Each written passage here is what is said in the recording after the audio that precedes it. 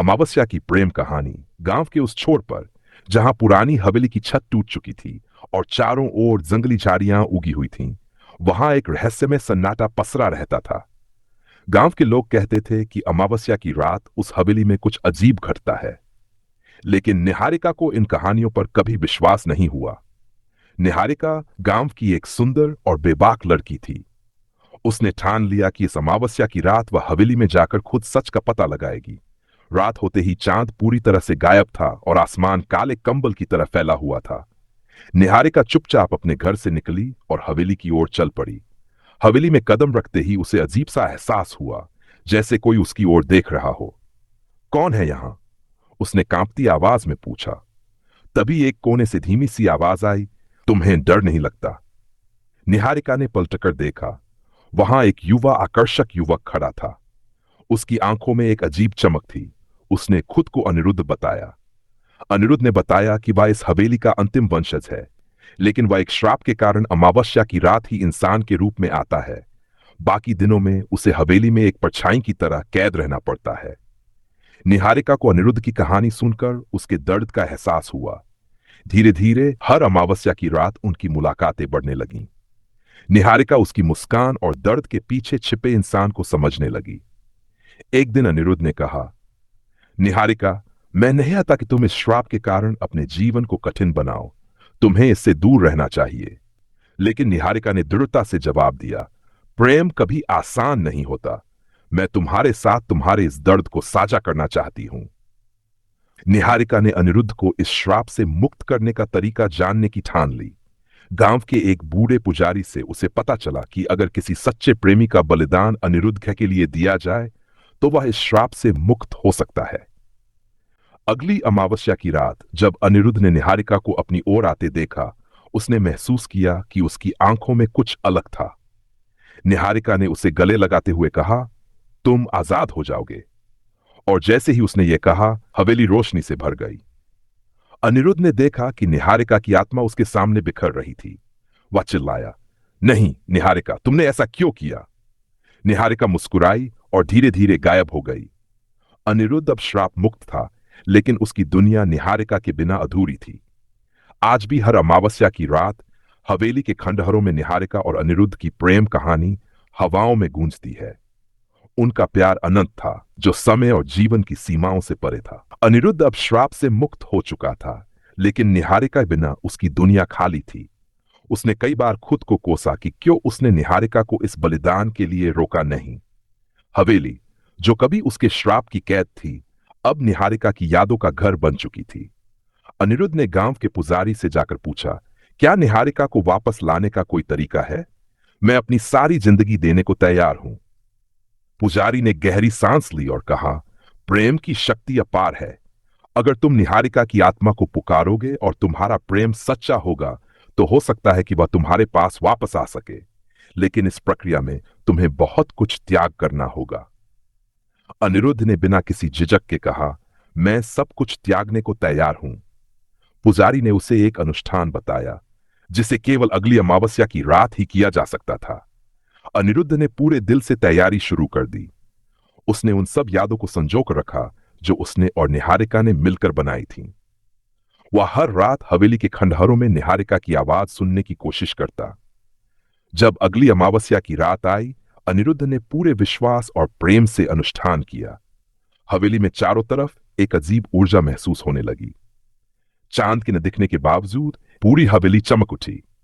तभी हवा में एक हल्की सुगंध फैली और निहारिका की छवि धीरे धीरे स्पष्ट होने लगी। वह अनिरुद्ध के सामने खड़ी थी। उसकी आंखों में वही प्यार और समर्पण था। अनिरुद्ध, निहारिका की आवाज में एक करुणा थी, तुमने इतना बड़ा त्याग क्यों किया? अनिरुद्ध की आंखों में आंसू थे। मैं तुम्हारे बिना अधूरा हूं निहारिका। तुम्हारी जगह कोई नहीं ले सकता। अगर मैं पूरी जिंदगी इस श्राप के साथ भी जीता तो तुम्हारे बिना वो जीवन व्यर्थ था। निहारिका ने उसका हाथ थाम लिया। लेकिन तभी एक रोशनी का पुंज उनके चारों ओर फैला और एक दिव्य आवाज गूंजी, तुम दोनों का प्रेम सच्चा और शुद्ध है। तुम्हारा त्याग इस अमावस्या को नई शुरुआत में बदल देगा। अब तुम्हारा प्रेम किसी श्राप का मोहताज नहीं रहेगा। जाओ, अपनी नई जिंदगी जियो। जैसे ही यह आवाज खत्म हुई, हवेली बदलने लगी। पुराने खंडहर एक सुंदर महल में बदल गए। निहारिका और अनिरुद्ध अब इंसान के रूप में फिर से जीवन जीने के लिए तैयार थे। वहां अमावस्या, जो कभी दर्द और श्राप की प्रतीक थी, अब प्रेम और पुनर्जन्म की गाथा बन गई। गांव के लोग कहते हैं कि अब हर अमावस्या की रात उस हवेली से संगीत और हंसी की आवाजें आती हैं। निहारिका और अनिरुद्ध ने अपने प्रेम को अमर बना दिया, जो अब हमेशा के लिए अंधेरे को रोशनी में बदलने की कहानी बन गई। निहारिका और अनिरुद्ध की नई जिंदगी अब शुरू हो चुकी थी। दोनों ने मिलकर उस हवेली को अपना घर बना लिया, जो अब प्यार और खुशियों से भर गई थी। गांव के लोग, जो पहले उस हवेली से डरते थे, अब वहां आकर आशीर्वाद मांगने लगे। उनकी कहानी पूरे गांव में एक मिसाल बन गई थी। लेकिन हर कहानी में एक नया मोड़ आता है।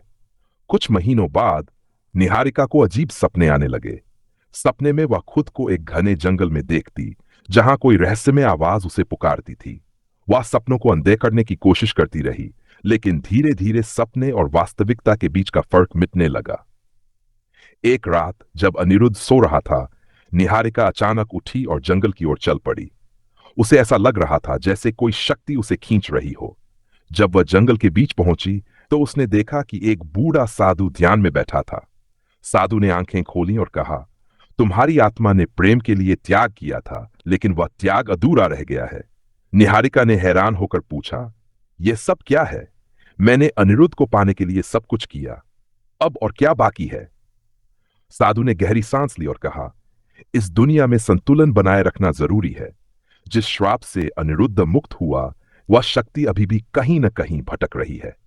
अगर इसे नहीं रोका गया तो यह फिर से विनाश ला सकती है। केवल तुम ही इसे रोक सकती हो, लेकिन इसके लिए तुम्हें एक आखिरी परीक्षा देनी होगी। निहारिका डर और उत्सुकता से भर गई। उसने साधु से पूछा, कैसी परीक्षा? साधु ने जवाब दिया, तुम्हें अपने प्रेम और अपने कर्तव्य के बीच चुनना होगा। या तो तुम अनिरुद्ध के साथ अपना जीवन जी सकती हो, या इस शक्ति को हमेशा के लिए समाप्त करने के लिए अपना अस्तित्व त्याग सकती हो।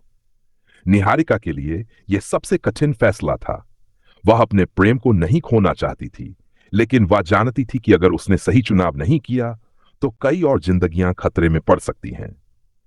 अगले दिन निहारिका ने अनिरुद्ध को सब कुछ बता दिया। अनिरुद्ध ने उसे रोकने की बहुत कोशिश की, लेकिन निहारिका के इरादे अडिग थे। उसने कहा, प्रेम केवल पाने का नाम नहीं है अनिरुद्ध, यह त्याग और कर्तव्य का भी प्रतीक है। अगर मेरे जाने से यह दुनिया सुरक्षित हो सकती है तो यह मेरे प्रेम का सबसे बड़ा प्रमाण होगा। अमावस्या की अगली रात निहारिका ने साधु के निर्देशों के अनुसार अनुष्ठान किया। जैसे ही उसने अपना बलिदान दिया, पूरी हवेली और जंगल में तेज रोशनी फैल गई। श्राप की शक्ति हमेशा के लिए समाप्त हो गई। लेकिन यह अंत नहीं था। अनिरुद्ध ने अपने जीवन को निहारिका की याद में समर्पित कर दिया। वह हर अमावस्या की रात हवेली के पास दीप जलाकर निहारिका की आत्मा को पुकारता, और कहते हैं जब हवेली के पास वह दीप जलता है तो एक हल्की सुगंध और मधुर संगीत की ध्वनि सुनाई देती है, जैसे निहारिका अनिरुद्ध के पास हमेशा के लिए मौजूद हो। उनका प्रेम भले ही भौतिक रूप से खत्म हो गया हो, लेकिन उसकी गूंज हर अमावस्या को हवाओं में सुनाई देती है। उनका प्रेम इस बात का सबूत है कि सच्चा प्यार सीमाओं, श्रापों और यहां तक कि समय और मृत्यु को भी हरा सकता है। अनिरुद्ध का जीवन निहारिका के बिना अधूरा था, लेकिन उसने अपने प्रेम को जीवित रखने का संकल्प लिया। हर अमावस्या की रात वह हवेली के बाहर दिया जलाकर बैठता और निहारिका की उपस्थिति महसूस करता। गांव के लोग उसकी भक्ति और प्रेम देखकर उसे एक जीवित किंवदंती मानने लगे। समय बीतता गया, लेकिन अनिरुद्ध का प्रेम उतना ही गहरा और शाश्वत रहा। एक दिन एक रहस्यमयी महिला गांव में आई। उसकी आंखें अनोखी थीं, मानो उनमें सैकड़ों रहस्य छुपे हों। उसने गांव के लोगों से पूछा, यह हवेली किसकी है और यह व्यक्ति कौन है जो हर अमावस्या दिया जलाता है? गांव वालों ने उसे अनिरुद्ध और निहारिका की प्रेम कहानी सुनाई। महिला ने ध्यान से सब सुना और कहा, मुझे उससे मिलना है। जब वह महिला अनिरुद्ध से मिली तो उसने कहा, तुम्हारा प्रेम सच्चा है और सच्चा प्रेम कभी व्यर्थ नहीं जाता। मैं यहां तुम्हारी मदद करने आई हूं।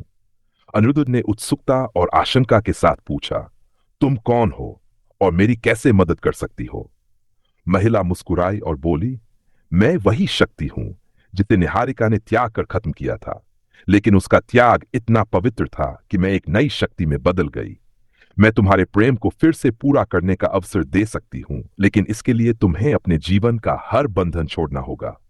अनिरुद्ध ने बिना एक पल सोचे कहा, मैं हर बंधन छोड़ने को तैयार हूं। मेरे लिए केवल निहारिका का साथ मायने रखता है। महिला ने अपनी आंखें बंद की और हवेली के चारों ओर एक सुनहरी रोशनी फैल गई।